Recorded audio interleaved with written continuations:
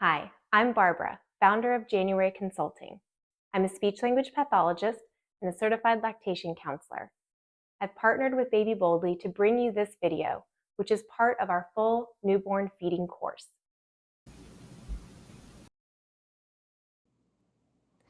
Okay, my number one tip for successful breastfeeding is to know who your support person is before you give birth. So that might be an IBCLC, and knowing who you're calling before something goes off plan will always save you a lot of time and stress on the other side. As far as breastfeeding goes, there's really no need to prepare your breasts for breastfeeding. They know what to do. You don't need to pre pump or rough up your nipples, ouch, by the way, or attempt to fix flat or inverted nipples. If anyone can get your nipple to come out, it's your baby. There are rare, unique situations such as inducing lactation when you're not the birth mother, which really call for one on one lactation support pretty far in advance to baby's arrival. But for most of us, our breastfeeding action plan starts when your baby is born and put skin to nurse. Let your support person and the hospital staff know that you intend to breastfeed and bring a crib card as a visual reminder if this is a point of anxiety for you. Other common questions as far as breastfeeding preparation that I get include what kind of supplies do I need? Do I need pillows? Do I need this? Do I need that? And they're all so unique to each mom. One common question I get is, do I need breast pads? Not every mother leaks breast milk. If you're leaking colostrum during pregnancy, you have a higher likelihood of needing breast pads, although there's no surefire way to know ahead of time. I think it's nice to have some on hand just in case you do. There are four common types of breast pads: disposable, washable, silicone pressure based pads, and good old fashioned homemade ones. Disposable ones are great in the beginning when supply comes in to avoid waking in a puddle if you start off extra leaky. And this applies to all moms, whether they intend to encourage a milk supply or not. Washable pads are great if you are environmentally conscious or once your supply has settled a bit around 6 weeks. Silicone pressure based pads work by putting enough pressure on the nipple to block milk flow. I don't recommend these for mothers with a history of mastitis, plug ducts, or other breast and nipple issues. In a pinch, though, you can even apply light pressure with your hand to your nipple to stop from having a major leak situation. And of course, you can make your own. You can use a super soft washcloth or a clean burp pad or really whatever is absorbable and within reach when you're letting down. Most moms like to narrow down their most important feature based on their preferences. So, eco friendly, ease of use, least noticeable under their shirt, minimal chemicals, most cost effective, etc. And then test a few different types to find what they like best and what fits best for their breast. I also recommend a nursing bra or a tank that's softer and more flexible, ideally a breathable fabric such as cotton. You'll need a larger size than you wear at the end of your pregnancy to accommodate fuller breasts and engorgement. This is true whether you intend to breastfeed or provide breast milk or not. And knowing the exact size is tricky, but having a flexible, larger size on hand is ideal.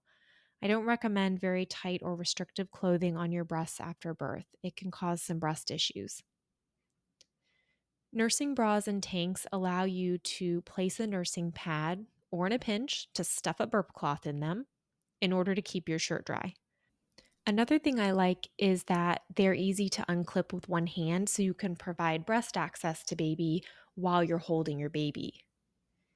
Something to watch out for, though, is that although these can make things much easier, We don't want to be wearing a fabric barrier constantly that interrupt that skin to skin time with your baby. So here's what I mean.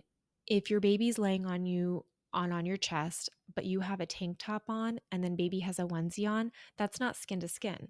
It's really great snuggling, but it's not skin to skin. Clothing that fully opens at the front or even simply pulling your t-shirt all the way up and then having your baby only in a diaper, that gives you access to truly have your skin to baby's skin. Let's talk about what the best nursing pillow is. It's such a common question, and you may have a lot of friends with babies or older kids who swear by the brand and type that they used. And although everyone seems to have an opinion about this, finding which breastfeeding pillow, and even if you need one, depends on a lot of factors that are really specific to you and your baby. So, some important factors that go into finding the right fit would be your body shape.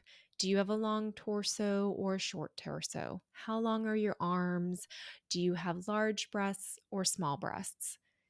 Another factor is your baby's size and length and where you're feeding your baby. Are you on the couch? Are you in your bed?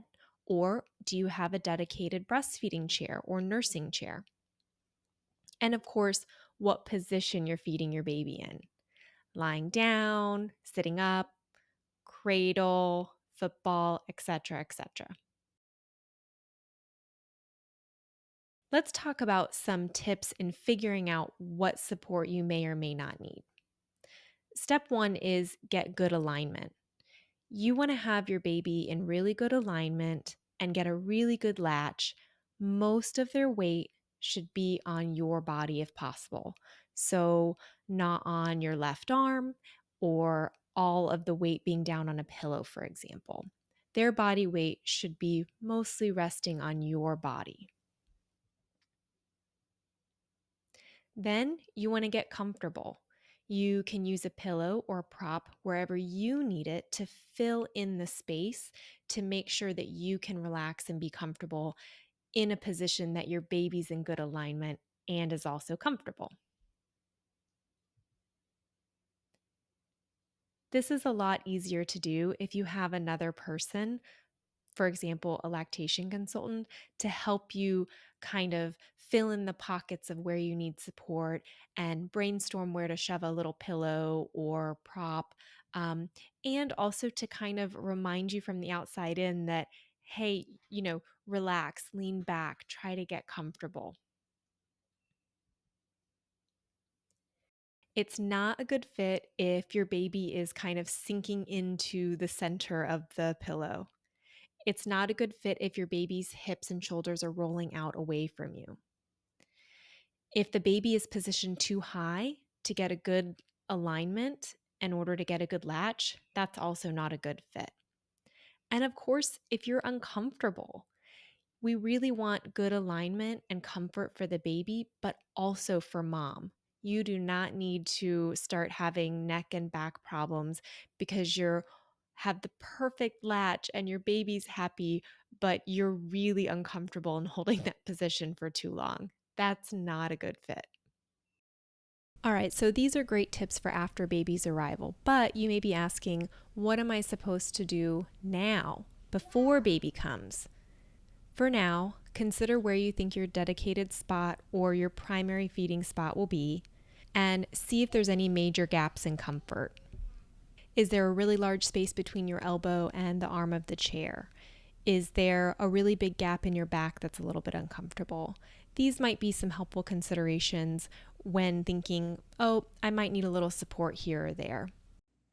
Another really common question I get is, do I need nipple cream? And you really only need nipple cream if your nipples are dry.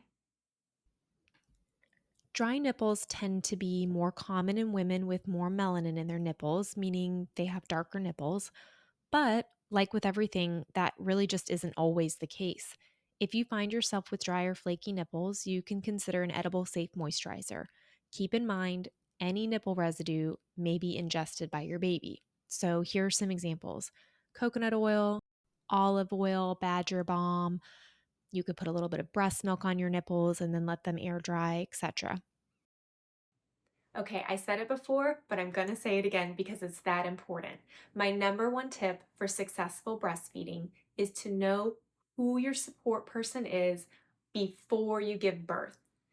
This could be an IBCLC or a CLC, preferably with great experience and good references.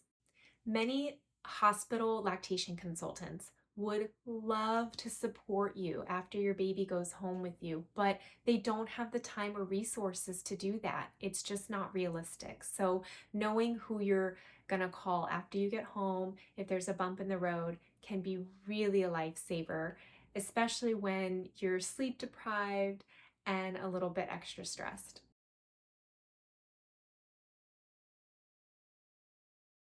I hope you found this video helpful. Be sure to check out the rest of the videos in this series. And for more proactive educational materials on how to feed your baby your way and identify red flags early, check out the link below.